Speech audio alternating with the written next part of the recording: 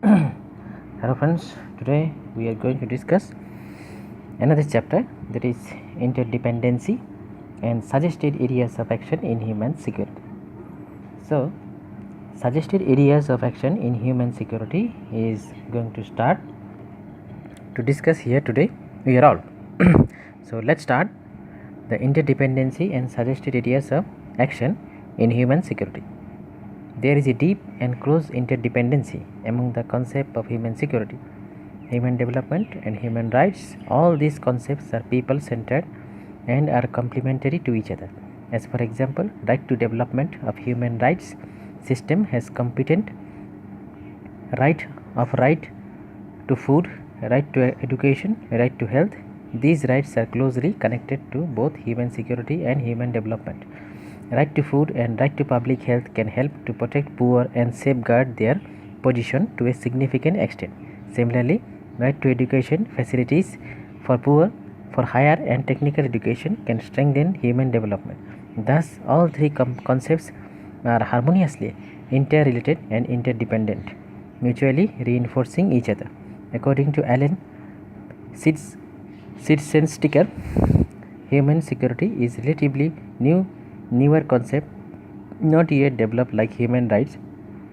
Therefore, hitching human security concern on human rights vocabulary can enrich both, but human security has not necessarily been coupled to obligations. Human rights framework is more basic and more fundamental. Developing human security can reduce excessive state discretion that justifies suppression of human rights. It would be difficult for the state to neglect human rights in the name of national security. Similarly, the discretion in dealing with the social and economic right can also be moderated. Human security can also help in restoring conflicts between different human rights and help in balancing the first generation of civil and political rights and second generation of social economic rights. Human rights are also help in strengthening the human security and human development. Right to development, covering right to food, right to education, right to health, promote other aspects of human security and human development, both in short term, saying relieving the hunger and the acute poverty, and in long term, raising general health and capabilities, strengthening human development in that process. Suggested areas of action. The Vienna Declaration Program of Action 1993 states that the World Conference on Human Rights reaffirmed and solemn commitment of all the states to fulfill their obligations to promote universal respect for observance and protection of all human rights and fundamental freedoms for all, in accordance with the Charter of the United Nations.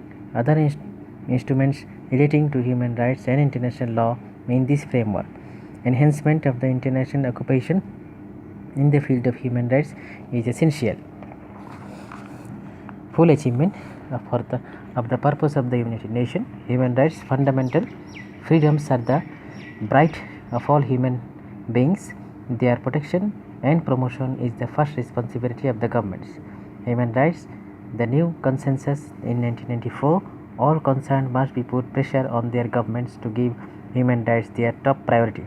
Among the three concepts of human security, human development and human rights, the last one is the oldest, original and most significant concept of the benefit of mankind.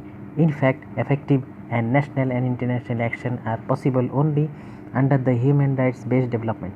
Human rights, when asserted, motivate people to demand such rights to be implemented. When people combine them, they get empowered and implementation is achieved. But it is necessary that people are educated in human rights on the imperatives of human security and the desirability of human development are the motivated to assert their rights and articulate their demands. The following areas need to attention for better realization of the human rights, human security and human development. One very important area is the implementation of the various schemes and measures and policies to uphold the human rights. Boutros Ghali, the United Nations Secretary General, retreated these aspects in the opening address at the World Conference of Human Rights at Geneva in 1993. He said, "Every day we see how discredited human rights and the United Nations itself would be. In the eyes of the world, if declarations and conventions, charters and conventions and treaties that we draft in order to protect human rights remain theoretical or were constantly violated. Human rights should therefore be covered by the effective mechanisms and procedures to guarantee and protect them. To provide sanctions in countries like India, implementation has been the crux of the matter. We have an elaborate human rights mechanisms, but implementation has remained much desired. On the contrary, the prevailing environment of corruption has made matters worse. Special efforts are needed in this direction. The promotion and practice of democracy needs to be encouraged internationally. As stated by the Boutros Ghali, there is imperative democratization. Only democracy within states and within the community of states can truly guarantee democracy. It is through democracy that individual and collective rights, the right of the people and the right of person are reconciled. It is through democracy that rights of states and the right of the community of states are reconciled. India has been able to manage human rights and development in a most heterogeneous society only because of democracy. The Human Security Report 2009 and 2010 has pointed out that the study undertaken in 2005 of conflict world during the 1946 and 2003 shows conflicts per annum has come down from an average of 6 per annum in 1950 to less than 1 now. This has been due to a number of factors like the demise of colonialism and the end of the Cold War, increase in global economic interdependency, increase in international trade and rise in foreign direct investment FDI, and increase in the growth of democracies. The increase in the democratic countries has been 29% to 58%, all countries during the period of study. However, the world is now facing two colossal problems of violence and war and terrorism, says the study. All the above facts point out that the need of encouraging democracy in the world, democratic practices in the settlement of disputes and the conflicts. The role of civil society, especially the non-governmental organization (NGOs), in human rights education and development should be fully grasped and optimized.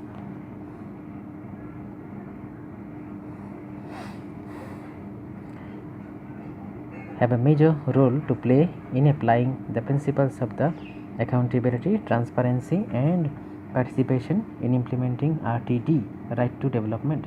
They can monitor the programs and delivery services, even replacing an existing bureaucratic channels of administration. They may also play an advocacy role as well as engage in grassroots mobilization and organization beneficiaries and participate in decision making.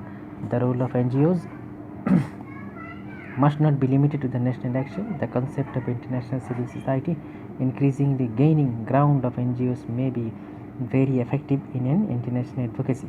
The role as well as in the facilitation of the delivery of international services.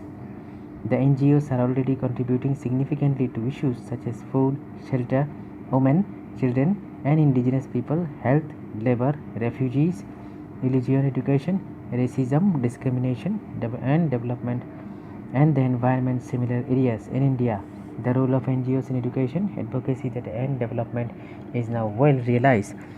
What is needed is more empowerment of them on the human rights front. It is necessary that all countries respect human rights.